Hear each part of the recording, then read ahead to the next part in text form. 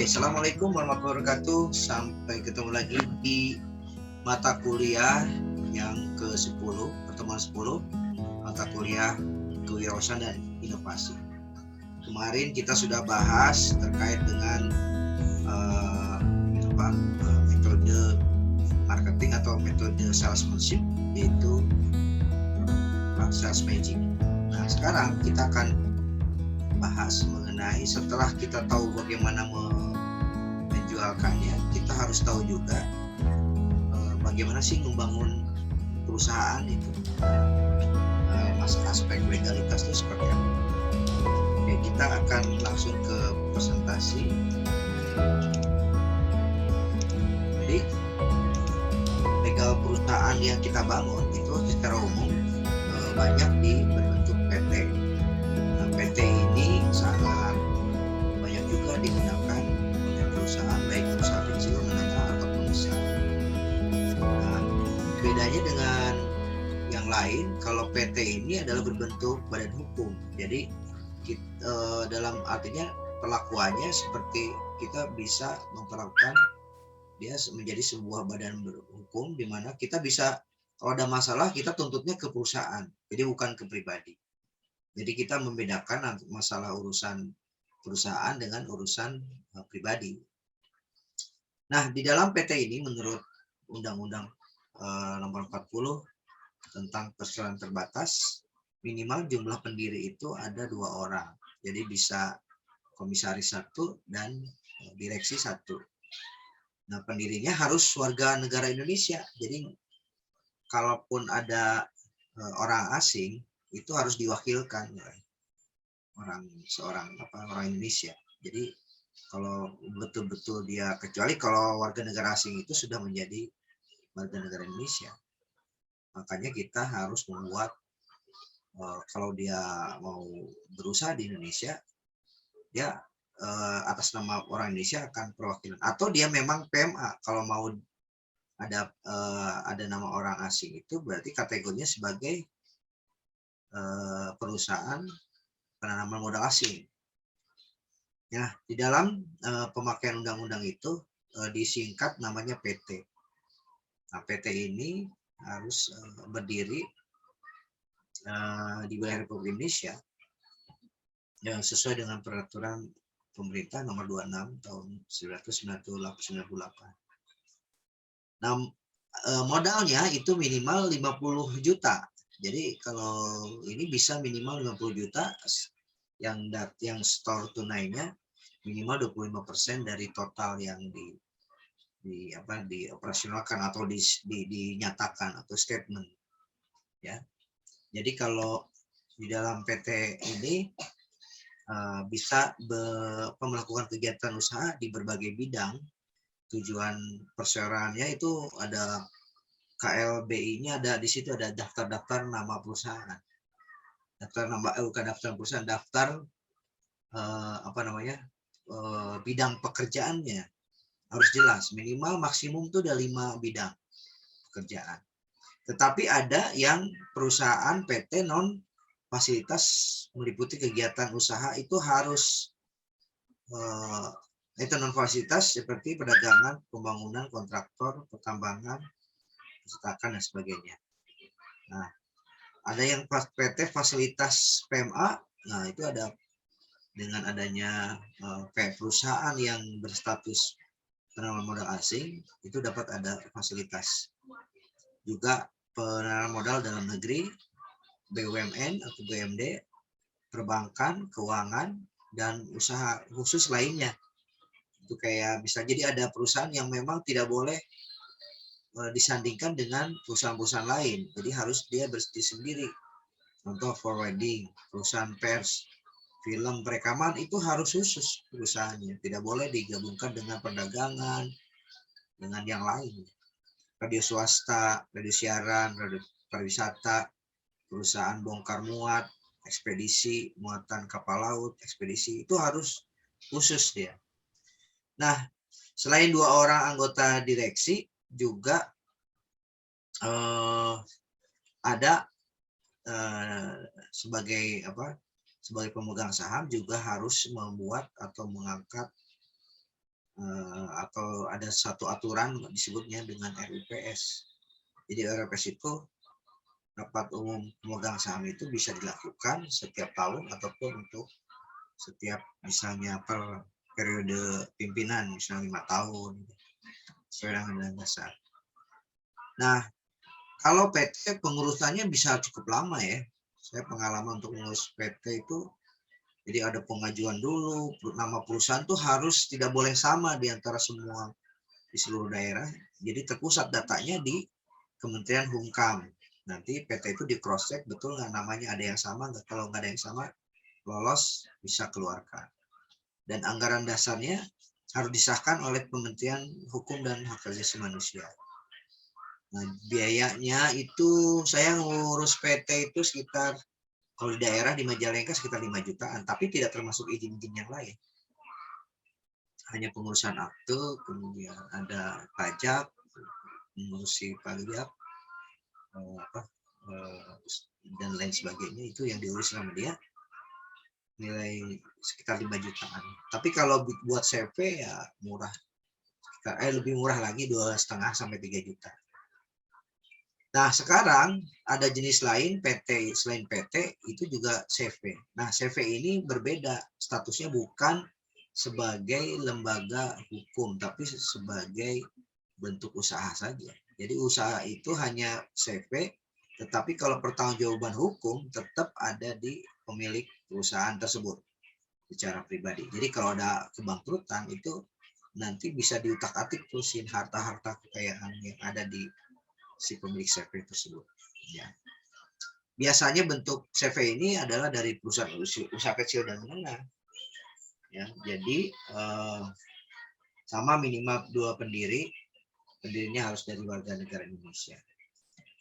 Kemudian CV ini, yang tadi PT itu harus berbahasa Indonesia ya, tidak boleh berbahasa Inggris.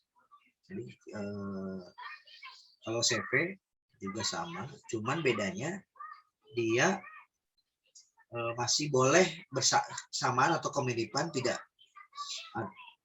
diperbolehkan. Jadi sama mirip, misalnya apa gitu namanya, itu boleh sama. Jadi tetapi memang lingkupnya CV itu adalah di daerah. Jadi misalnya Cirebon, saya punya CV di Majalengka, mau dapat proyek di Cirebon nggak bisa, karena harus terdata di perwilayah. Jadi CV itu lingkupnya masih kabupaten, kota gitu. Tapi kalau PT itu bisa lintas daerah, bisa nasional. Itulah perbedaannya. Nah, kalau CV, aktenya tidak disebutkan modal ditempatkan, dia tidak ada. Jadi tidak ada kepemilikan saham di dalam anggaran dasar. Jadi itu milik pribadi. Tapi kalau mau bikin ya buat ada semacam perjanjian, nanti diatur sama notaris biasanya ngurus. Kemudian CV kegiatan usahanya bisa bidang perdagangan, kontraktor, yang grade yang di bawah industri itu, kemudian perbengkelan, pertanian, dan masih relatif kecil ya perusahaannya itu. Jadi kalau udah besar didorong supaya berubah jadi PT. Kemudian pengurus minimal 2 orang, ada personil aktif dan tidak, itu nanti diatur oleh di dalam perjanjian atau semacam akte ya anggaran dasar rumah tangga. Dan itu adalah CV. Nah, satu lagi yang memang belum dijelaskan yaitu koperasi. Nah, koperasi ini nanti coba kita langsung aja di videonya.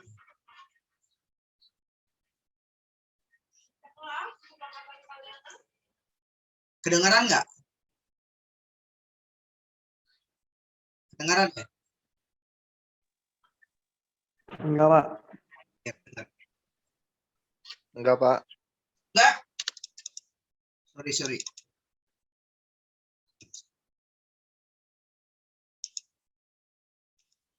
Nah, belum, tadi nggak kedengeran?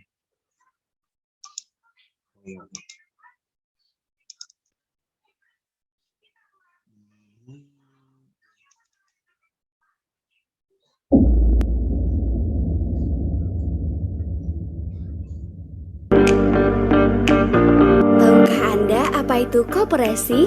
Koperasi adalah badan usaha yang beranggotakan orang seorang atau badan hukum koperasi dengan melandaskan kegiatannya berdasarkan prinsip koperasi sekaligus sebagai gerakan ekonomi rakyat yang berdasar atas azas kekeluargaan. Koperasi juga punya beberapa jenis. Pertama, jenis koperasi berdasarkan jenis usahanya, meliputi koperasi produksi, koperasi konsumsi, koperasi simpan pinjam, koperasi serba usaha. Yang kedua, jenis koperasi berdasarkan status anggotanya. Pertama, koperasi pegawai negeri, koperasi pasar, koperasi unit desa, koperasi sekolah, dan koperasi pondok pesantren. Selain itu, jenis koperasi berdasarkan tingkatannya. Koperasi primer, koperasi yang didirikan oleh dan beranggotakan orang perseorangan. Kemudian koperasi sekunder, koperasi yang didirikan oleh dan beranggotakan badan hukum koperasi. Jenis koperasi berdasarkan fungsinya. Koperasi konsumsi, sebuah koperasi yang bertujuan untuk menyediakan barang-barang kebutuhan untuk para anggotanya. Koperasi jasa, koperasi yang melakukan kegiatan pelayanan jasa yang dibutuhkan oleh anggota. Koperasi produksi melakukan kegiatan seperti penyediaan bahan baku, penyediaan peralatan produksi, dan membantu memproduksi jenis barang tertentu. Model koperasi berasal dari pertama model sendiri, yaitu simpanan pokok, simpanan wajib, dana cadangan, dan hibah. Kedua, model pinjaman dapat berasal dari anggota koperasi lainnya, bank dan lembaga keuangan, penerbitan obligasi, dan sumber lain yang sah. Tata cara pendirian koperasi. Pertama, mengadakan rapat pendirian. Dihadiri para pendiri, penyuluhan tentang perkoperasian, dan kemudian dihadiri oleh paling sedikit 20 orang anggota.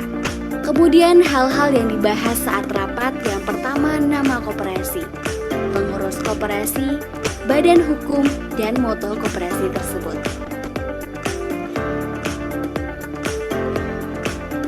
Badan hukum, moto, maksud dan tujuan, keanggotaan koperasi, model koperasi, segala sesuatu yang berhubungan dengan ADART koperasi. Rapat pendirian koperasi dihadiri oleh notaris, gunanya untuk mencatat kesepakatan tentang pokok-pokok hasil pembahasan dalam rapat pendirian untuk dirumuskan dalam akta pendirian. Kemudian, penetapan nama koperasi sebagai hasil rapat persiapan pendirian dapat dilakukan konfirmasi oleh notaris pada Sismin BH KOP atau Sistem Administrasi Badan Hukum Koperasi.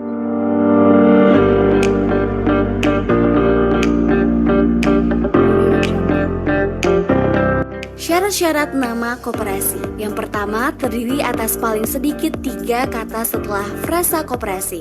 Kemudian ditulis dengan huruf Latin dan belum dipakai secara sah oleh koperasi lain dan tidak bertentangan dengan ketertiban umum atau kesusilaan. Selanjutnya, syarat-syarat nama koperasi tidak sama dengan nama lembaga negara, lembaga pemerintah kecuali mendapat izin dari lembaga yang bersangkutan, dan tidak terdiri atas angka atau rangkaian angka, huruf atau rangkaian huruf yang tidak membentuk kata. Selanjutnya, tidak terdiri atas angka atau rangkaian angka, huruf atau angka huruf yang tidak membentuk kata, dan sesuai dengan maksud dan tujuan serta kegiatan usaha koperasi.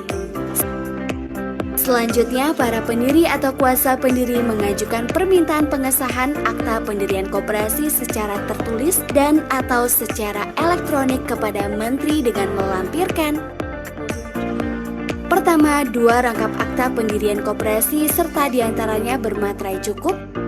Kedua, berita acara rapat pendirian koperasi termasuk pemberian kuasa untuk mengajukan permohonan pengesahan. Ketiga, surat bukti penyetoran modal paling sedikit sebesar simpanan pokok. Dan terakhir, rencana awal kegiatan usaha koperasi. Lampiran berita acara rapat pendirian koperasi: pertama, daftar hadir rapat pendirian. Kedua, fotokopi KTP para pendiri sesuai daftar hadir. Ketiga, surat kuasa pendiri. Dan keempat, surat rekomendasi dari instansi terkait.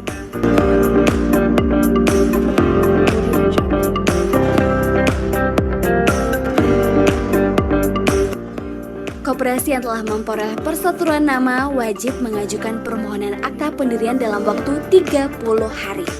Apabila setelah melewati 30 hari pada proses pengajuan nama tidak mengajukan permohonan akta pendirian, maka persetujuan nama koperasi melalui Sismin BHKOP menjadi kadaluarsa dan koperasi wajib mengajukan usulan nama.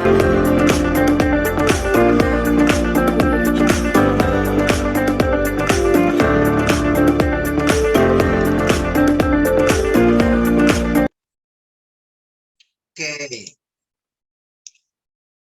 Demikian video terkait dengan koperasi. Nah, setelah kita punya lembaga hukumnya, baru kita harus lakukan yaitu bisnis plan. Bisnis plan itu perencanaan usaha dalam konteks keuangan. Nah, sebelum kalian dibuat bisnis plan, kalian harus paham betul, mengerti secara esensi mengenai keuangan. Nah, kita bisa lihat video berikut ini.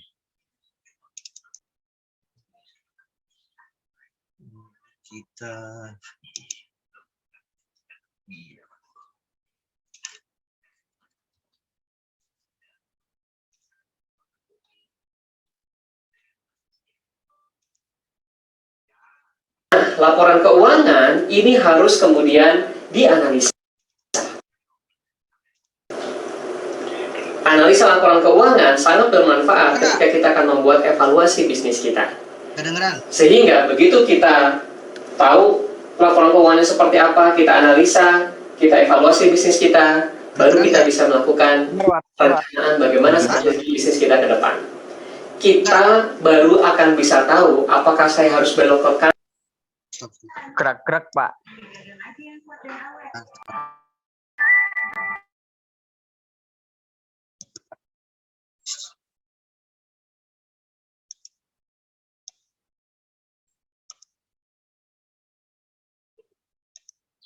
Bentar. Saya lupa tadi. Oke, kita mulai lagi ya. Oh, udah beneran. Harusnya tadi bisa. Ulangi lagi ya. Laporan keuangan ini harus kemudian dianalisa. Analisa laporan keuangan sangat bermanfaat. Mulai dari nol.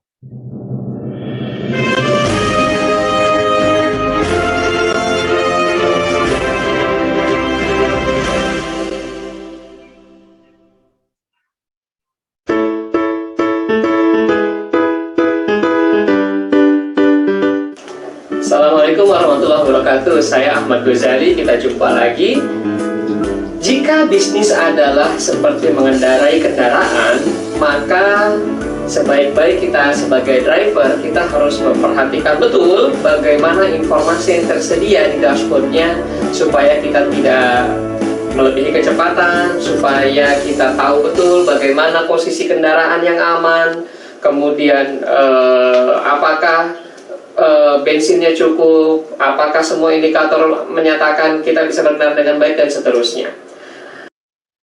Dalam bisnis, indikator tersebut, dashboard tersebut namanya akuntansi. Bayangkan kalau kita ngobrol sama teman kita, bisnis ente gimana? Oh, bisnis saya bagus banget, omset segini, oh gini loh, belinya di sana, kemudian dengan harga sekian, kemudian saya jual lagi ke sana dengan harga sekian, saya punya karyawan sekian puluh orang, gajinya sekian, ya pulang kira-kira saya bawa uang sekian, modelnya begini, saya jual dengan cara seperti ini. Mungkin kita perlu waktu kira-kira 2 jam, 3 jam untuk cerita tentang kondisi keuangan kita. Tapi, kalau kita punya laporan keuangan, cukup 2 lembar, 3 lembar, orang sudah paham. Ingat, gambar bisa menceritakan 1000 kata, tapi angka bisa bicara 1000 bahasa. Kita bicara dengan siapapun yang tidak mengerti bahasanya, cukup disajikan dengan angka, kita akan bisa tahu, oh, bisnis Anda untung atau rugi. Lihat aja, kalau plus berarti bagus, minus berarti jelek. Nah, akuntansi adalah bahasa bisnis. Maka kalau kita masuk ke dunia bisnis, kita minimal mesti paham seperti apa itu akuntansi. Minimal dasar-dasarnya saja. Saya paham. Tidak semua orang mau belajar tentang akuntansi. Kenapa? Karena pasti ada satu jargon yang sangat bikin pusing, yaitu debit, kredit. Seharusnya seorang pengusaha minimal bisa paham bagaimana cara membaca laporan keuangan, walaupun tidak paham apa itu debit kredit. Siklus akuntansi kira-kira seperti ini. Ada transaksi yang harus kita catat dalam sebuah pembukuan. Nah, transaksi-transaksi yang terjadi harus dicatat dalam sebuah pembukuan. Pembukuan ini nanti akan sifatnya teknis sekali, tapi dari pembukuan kemudian akan lahirlah yang namanya laporan keuangan. Laporan keuangan terdiri dari berbagai macam, ada laporan laba rugi, ada neraca, minimal 2 itu biasanya digunakan di usaha kecil, kemudian ditambah dengan laporan yang lain yang sangat membantu. Nah, laporan keuangan ini harus kemudian dianalisa.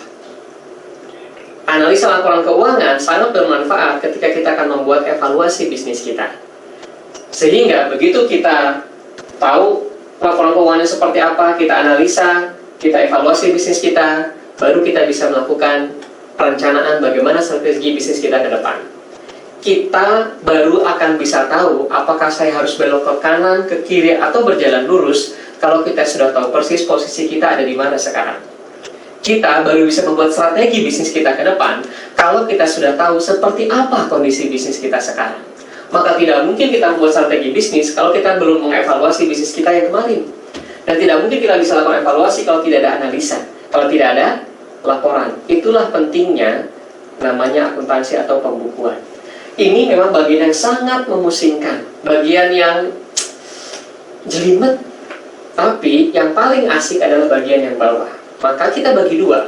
Yang bagian yang atas ini sebetulnya adalah clerical jobs, yang sebetulnya pekerjaannya bisa dilimpahkan kepada orang lain, bisa didelegasikan, atau kemudian di subkon kepada pihak luar. Tapi bagian yang bawah, ini adalah managerial jobs. Anda sebagai owner bisnis, sebagai manajemen dalam bisnis Anda, harus menguasai betul bagian yang bawah ini, yaitu menganalisa, membuat strategi bisnis ke depan.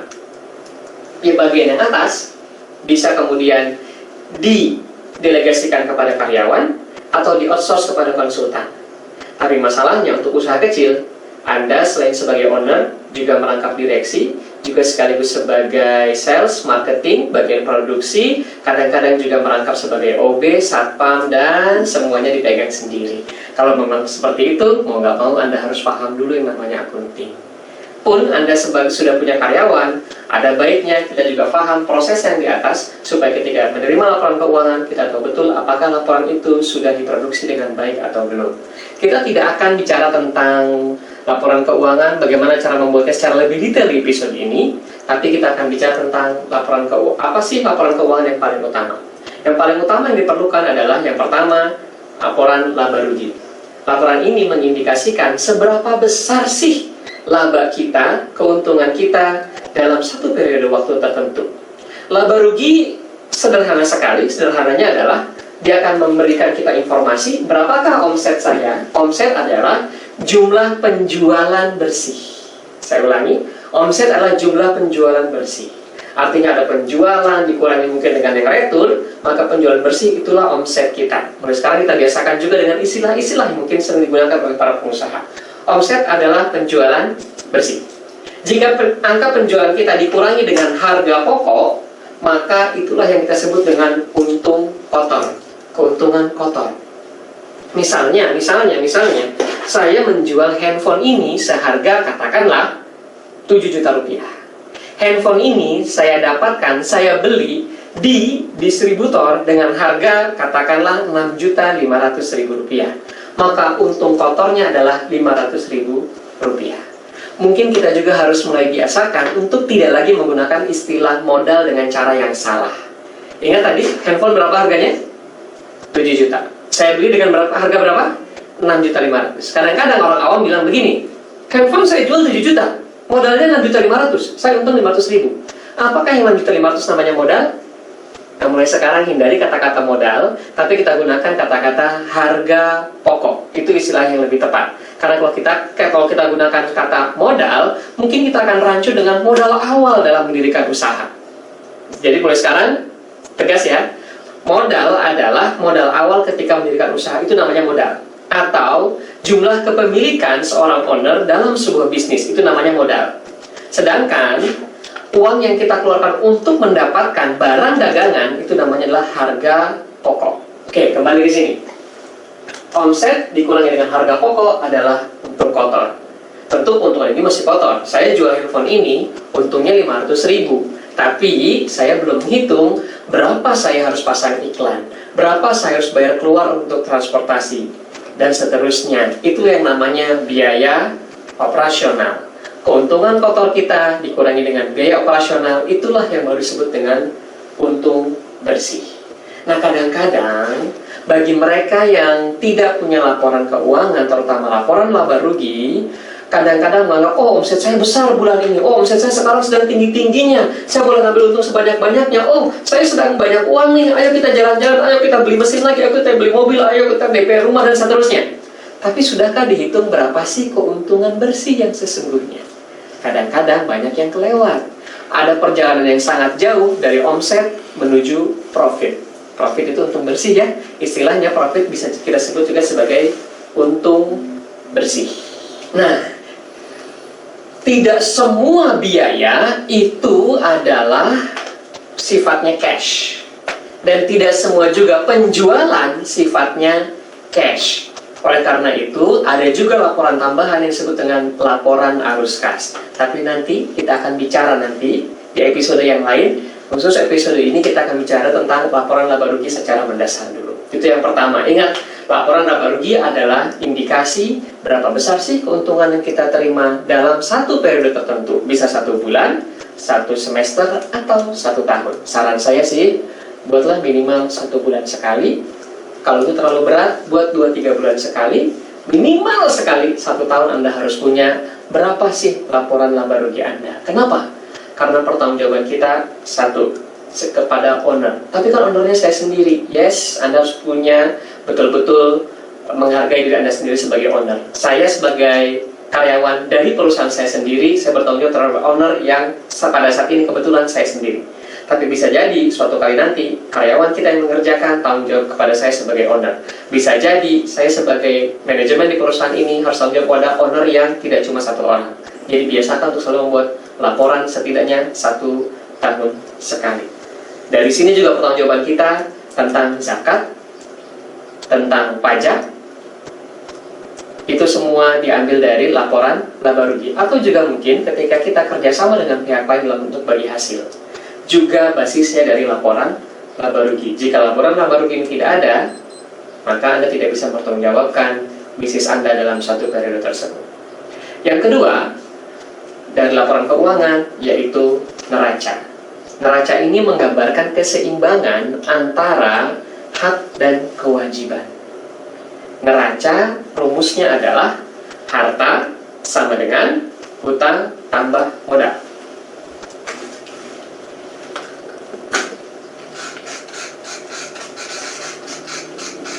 Biasanya kita akan bagi 2, neraca sebelah kiri dan sebelah kanan. Di sebelah kiri ada harta, di sebelah kanan ada hutang, dan ada modal. Yang kalau di total, hutang tambah modal, jumlahnya harus sama dengan harta yang kita miliki.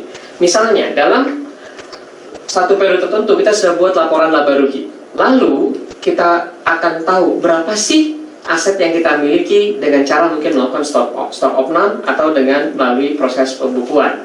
Kita bisa tahu misalnya berapa cek uang di laci, cek uang di rekening, berapa sih uang saya, harta terdiri dari semua yang saya miliki, yang saya gunakan itu namanya harta. Contoh, kita biasanya mulai menulis yang paling liquid paling atas, paling tidak liquid paling bawah. Yang paling gampang dijadikan uang ada di sebelah atas, yang paling sulit menjadi uang ada di sebelah bawah. Misalnya kas. Ini berarti menunjukkan ada uang yang di laci. Yang kedua, mungkin adalah kas di bank. Ini uang yang ada di rekening. Katakanlah kita di laci ada uang 3, di bank ada uang 7 misalnya, sehingga total ada 10. Kemudian apa lagi? Kemudian kita masih punya barang dagangan atau inventory. Oh, di toko masih ada inventory kita senilai misalnya 20. Lalu kemudian kita masih punya, setelah ini kita masih punya aset yang lain. Misalnya kita masih punya yang namanya kendaraan. Katakanlah kita berjualan keliling, kita punya kendaraan, mungkin nilainya katakanlah contoh saja 40. Sehingga total aset kita 10, 30, 70. Di sini harus sama, 70. Apakah kita masih punya utang? Oke, cek lagi kondisi keuangan kita. Oh, ternyata saya masih punya utang. Tagihan dari katakanlah supplier saya. Utang usaha, misalnya masih ada utang usaha pembelian yang belum kita bayar, katakanlah 10. Kemudian mungkin kita juga masih punya utang kepada investor, utang kepada si B misalnya, katakanlah 30, sehingga di sini 40. Maka modal bersih kita 70 dikurangi 40 adalah 30. Ini adalah modal bersih kita. Modal bersih ini nanti kita bisa breakdown lagi, tapi akan lebih jelas di bagian laporan perubahan modal. Kita tidak akan bicara sekarang, kita hanya akan bicara bahwa harta akan sebanding dengan hutang ditambah modal. Kalau kita sudah punya laporan seperti ini, akan sangat mudah bagi kita untuk bisa tahu bagaimana kondisi keuangan kita sekarang juga. Kita akan tahu, oh, saya punya kas 3, di bank ada 7, yang belum terjual ada 20, kendaraan saya nilainya 40. Aset terbesar saya sekarang adalah kendaraan, totalnya 70, saya masih punya utang, 10 dan 30 menjadi 40, untuk modal bersih saya 30. Kita bisa tahu betul bagaimana sih kondisi keuangan kita sekarang sehat atau tidak dengan cara melakukan analisa. Analisa lebih lanjut tentu tidak akan kita bicarakan sekarang, tapi Anda harus punya neraca seperti ini untuk mempertanggungjawabkan berapa sih nilai perusahaan saya sekarang. Sehingga kalau Anda ditanya, saya mau dong gabung ke bisnis Anda, saya mau beli sahamnya, berapa Anda jual saham Anda? Minimal Anda jual di harga 30. Minimal Anda jual di harga 30. Dari mana kita tahu? Karena saya punya aset 70, utang 40, maka saya punya modal bersih 30. Nah teman-teman, itulah yang namanya neraca. Jadi kita sudah episode ini kita sudah belajar apa itu laporan laba rugi dan apa itu neraca. Kita lanjut lagi di episode berikutnya. Tetap lanjutkan bersama saya Ahmad Rizal.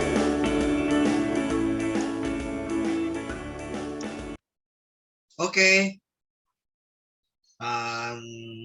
Kayaknya tanggung satu lagi. Ini ada kalian harus sebelum nanti pertemuan ke depan bahas bisnis plan, kita harus tahu dulu video yang satu ini. Bukan yang ini. Bentar.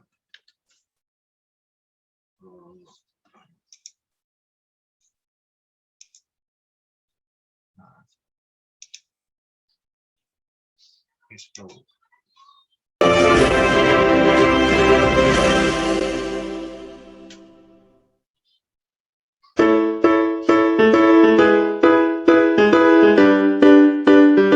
Assalamualaikum warahmatullahi wabarakatuh. Saya Ahmad Ghazali. Kita jumpa lagi. Kali ini kita akan bicara tentang bagaimana kita mengelola cash flow dalam sebuah perusahaan atau dalam bisnis kita. Sebagaimana kita tahu, bisnis itu sangat penting untuk bisa selalu menjaga supaya cash flow-nya tetap aman. Yang namanya cash flow itu ibarat seperti aliran darah dalam tubuh kita. Ketika aliran darahnya sudah stop, walaupun masih bisa bernafas, tapi lama-kelamaan jika aliran darah sudah stop atau darah terlalu banyak keluar, kita juga akan meninggal dunia. Begitu juga dengan bisnis. Ketika keuntungan pun, mungkin keuntungannya tinggi, mungkin salesnya tetap jalan, tapi kalau bisnis kekurangan cash, maka yang terjadi adalah bisnisnya bisa bangkrut begitu saja. Ingat, bisnis yang bangkrut bukanlah bisnis yang tidak menguntungkan. Bisnis yang bangkrut adalah bisnis yang tidak bisa membayar tagihannya karena kekurangan cash flow, kekurangan uang cash. Oleh karena itu, cash flow management ini langkah yang sangat penting. Sebagaimana kita tahu, ada istilahnya, ada jargon yang sangat kuat, yaitu cash is the king. Uang tunai adalah raja dalam bisnis. Karena begitu kita tidak punya uang tunai, kita tidak bisa bayar gaji karyawan, kita tidak bisa bayar gaji, kita tidak bisa bayar supplier, kita tidak bisa bayar pajak, kita tidak bisa bayar tagihan dan lain-lain. Dan itu sangat fatal dalam bisnis. Walaupun mungkin di atas kertas bisnisnya menguntungkan, tapi jika tidak punya cash, seperti bermain catur, walaupun bidak kita masih banyak, tapi kalau rajanya kena skakmat, kalah dalam bisnis. Nah, karena itu sangat penting kita untuk menjaga cash flow. Nah, untuk strategi menjaga cash flow, sederhananya adalah kita harus tahu kemana aliran cash flow dalam bisnis kita, sehingga kita bisa melihat di mana macetnya atau di mana bocornya. Mari kita lihat seperti apa sih cash flow dalam bisnis kita. Bisnis kita berpusat secara cash. Dari mana kita dapat uang cash? Dari penjualan. Penjualan akan menghasilkan uang cash. Walaupun kadang-kadang tidak langsung, karena bisa jadi penjualan akan mampir dulu menuju piutang. Kalau kita jualnya secara piutang, maka penjualan berubah menjadi piutang. Piutang baru kemudian dalam satu waktu tertentu akan berubah menjadi cash. Cash kita gunakan untuk membeli bahan baku atau pembelian. Kadang-kadang juga tidak harus keluar langsung cash, tapi kita bisa utang dulu sehingga pembeliannya bisa ditunda, pembayarannya bisa ditunda. Pembelian kemudian akan masuk ke produksi. Tentu setelah kita beli barang, kita proses dalam sebuah proses produksi. Produksi kemudian menjadi persediaan barang jadi yang siap untuk dijual. Barang ini kemudian kita jual lagi, kemudian kita mendapatkan cash dan seterusnya. Tapi jangan lupa, proses produksi jalan ataupun tidak, kita akan tetap harus membayar biaya operasional, overhead, seperti kita harus membayar gaji bagian administrasi, kita tetap harus membayar listrik, telepon, dan seterusnya, kita tetap harus membayar sewa. Saya ulangi lagi, kita dapat cash dengan adanya penjualan, kita keluar cash dengan adanya pembelian dan membayar operasional. Kalau kita tahu persis aliran uang cash kita kemana saja, kita bisa tahu di mana kita harus mempercepat, di mana kita bisa memperlambat. Ada juga nasihat yang kira-kira seperti ini: perlambat uang keluar, percepat uang masuk. Selama tidak melanggar hukum dan selama tidak melanggar syariat, saran saya lakukan saja. Perlambat uang keluar, percepat uang masuk. Artinya ketika kita akan melakukan pembelian, usahakan kita mencari pembelian yang bisa menggunakan fasilitas utang sepanjang mungkin, sehingga kita memperlambat uang keluar. Tapi jangan sekali-kali kita memperlambat gaji karyawan. Itu fatal sekali. Pembelian menjadi produksi. Nah, karena kita akan melakukan uang dari penjualan, percepat penjualannya. Bagaimana cara mempercepat penjualan? Ada banyak strategi penjualan, tapi penjualan baru akan bisa dilakukan kalau kita sudah punya barang. Dan barang baru akan tersedia kalau kita sudah melakukan produksi. Maka percepat juga arus barang dari pembelian, produksi, persediaan, sampai penjualan itu dipercepat. Jadi produksi kalau bisa dipercepat, percepat, supaya kita langsung bisa dapat uang lagi. Dan sedapat mungkin hindari penjualan dengan piutang. Memang penjualan dengan piutang ada bagusnya juga, kadang-kadang bisa meningkatkan omset. Tapi kita harus memiliki betul-betul kita hitung apakah penjualan dengan piutang ini sudah mempertimbangkan time value of money. Dimana kalau kita menjual katakanlah dengan piutang 1 minggu, dalam 1 minggu kita bisa memproduksi lagi barang lebih banyak. Itu harus betul-betul kita perhitungkan. Terakhir, uang cash kalau misalnya lebih ataupun kurang, dia akan bisa dipengaruhi oleh modal dan pinjaman. Ketika kita kekurangan uang cash, ada pinjaman atau modal yang bisa keluar masuk. Di sini sentral kita adalah cash, dan kita tahu bagaimana uang kita berputar. Kalau perlu kita hitung deh, berapa sih jangka waktu pembelian mulai dari pesan sampai mendapatkan bahan baku siap di tempat produksi kita. Katakanlah misalnya pesan hari ini, barangnya datang 2 hari kemudian. Maka di sini kita akan punya waktu 2 hari. Berapa lama waktu produksi? Produksi mungkin 3 hari. Berarti total uang cash kita nganggur selama 5 hari. 5 hari dia menjadi barang produksi, kemudian menjadi persediaan. Berapa lama kita bisa bawa dari gudang menuju toko? Katakanlah tambah lagi 1 hari, berarti 6 hari. Nah, penjualan berapa lama bisa jadi uang cash? Ini kata kuncinya. Berarti uang cash kita begitu keluar dari kas perusahaan perlu waktu 6 hari untuk kemudian bisa menjadi barang yang siap dijual. Rata-rata penjualan misalnya butuh waktu 6 hari lagi. Maka artinya kita perlu waktu 12 hari perjalanan cash dari uang perusahaan, keluar untuk beli barang, keluar diproduksi, keluar ke gudang, dari gudang ke toko, dari toko terjual lagi, perlu waktu total 12 hari. Maka kita betul-betul bisa menilai. Kalau cash kita 12 hari berputarnya, berarti kita perlu uang cash berapa cadangan di rekening bank kita supaya kita tidak kekurangan uang cash. Itu semua bisa kita atur, tapi prinsipnya selambat mungkin untuk pembelian, secepat mungkin cash kembali lagi ke operasional kas kita di perusahaan. Karena semakin banyak kita pegang uang cash, semakin leluasa kita untuk bisa melakukan transaksi ataupun bisnis kita. Saran saya juga yang kedua adalah teman-teman, mari kita lakukan yang kita buat namanya proyeksi cash flow. Proyeksi cash flow artinya kita memproyeksi berapa uang masuk dan kapan, dan berapa pula uang keluar serta kapan sesuai dengan jadwalnya. Ini contoh saja bagaimana proyeksi cash flow. Misalnya, uang kas di perusahaan ada 17 juta di minggu pertama. Saran saya adalah buat proyeksi cash flow bulanan, tapi kita pecah-pecah dalam jangka waktu pekanan. Minggu pertama, misalnya hari Senin, minggu pertama atau tanggal 1, kita lihat saya punya uang cash 17 juta. Perkiraan saya dalam 1 minggu penjualan cash 25 juta. Dan ada yang bayar piutang dari penjualan minggu lalu atau bulan lalu yang belum dibayar, itu kira-kira akan masuk uang 30 juta. Pembelian atau uang keluar itu katakanlah 20 juta. Dan ingat, kita juga tetap harus bayar utang. Misalnya kita bayar utang 27 juta, dan kita harus bayar listrik, telepon, dan lain-lain. Misalnya di awal bulan, di minggu pertama, katakanlah contoh saja 5 juta. Sehingga kita bisa tahu 17 juta tambah 25 tambah 30 kurang 20 kurang 27 kurang 5 sama dengan 20 juta. Ini saldo kita di hari Jumat di minggu pertama. Hari Senin berikutnya kita sudah tahu saldo kita 20 juta. Kita bisa perkirakan misalnya penjualan 30 juta, bayar piutang 30 juta, uang keluar untuk beli 28 juta, uang keluar untuk bayar utang 22 juta, sehingga kita punya uang 30 juta, dan seterusnya minggu ketiga, lanjutkan lagi dengan minggu keempat. Dengan cara seperti ini, kita bisa tahu betul kapan kita kekurangan uang dan kapan kita kelebihan uang. Kalau kita sudah tahu cash flow manajemen yang tadi, paling penting adalah dijaga supaya tidak boleh ada saldo negatif di sini. Karena begitu saldonya negatif, Anda bangkrut. Misalnya, katakanlah kita bisa prediksi di minggu keempat saldonya akan negatif karena misalnya ada gaji karyawan yang sangat besar, ada piutang, ada utang itu tempo yang sangat besar, misalnya saja. Kemudian di sini negatif, apa yang bisa kita lakukan?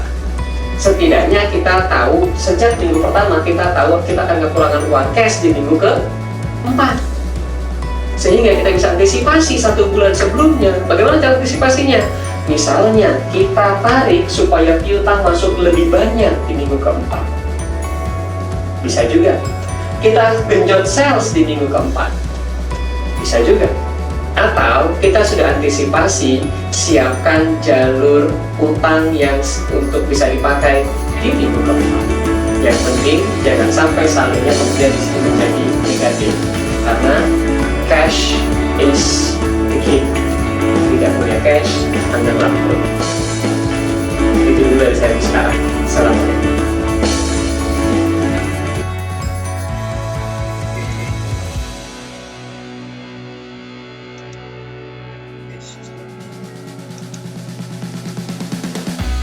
Nah, itu kira-kira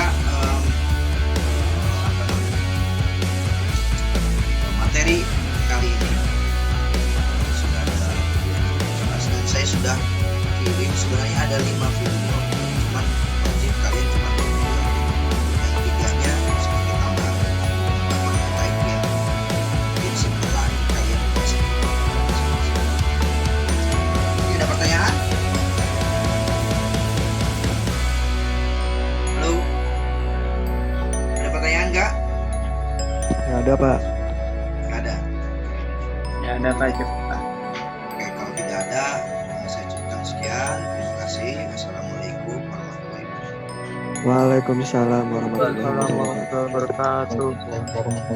wabarakatuh.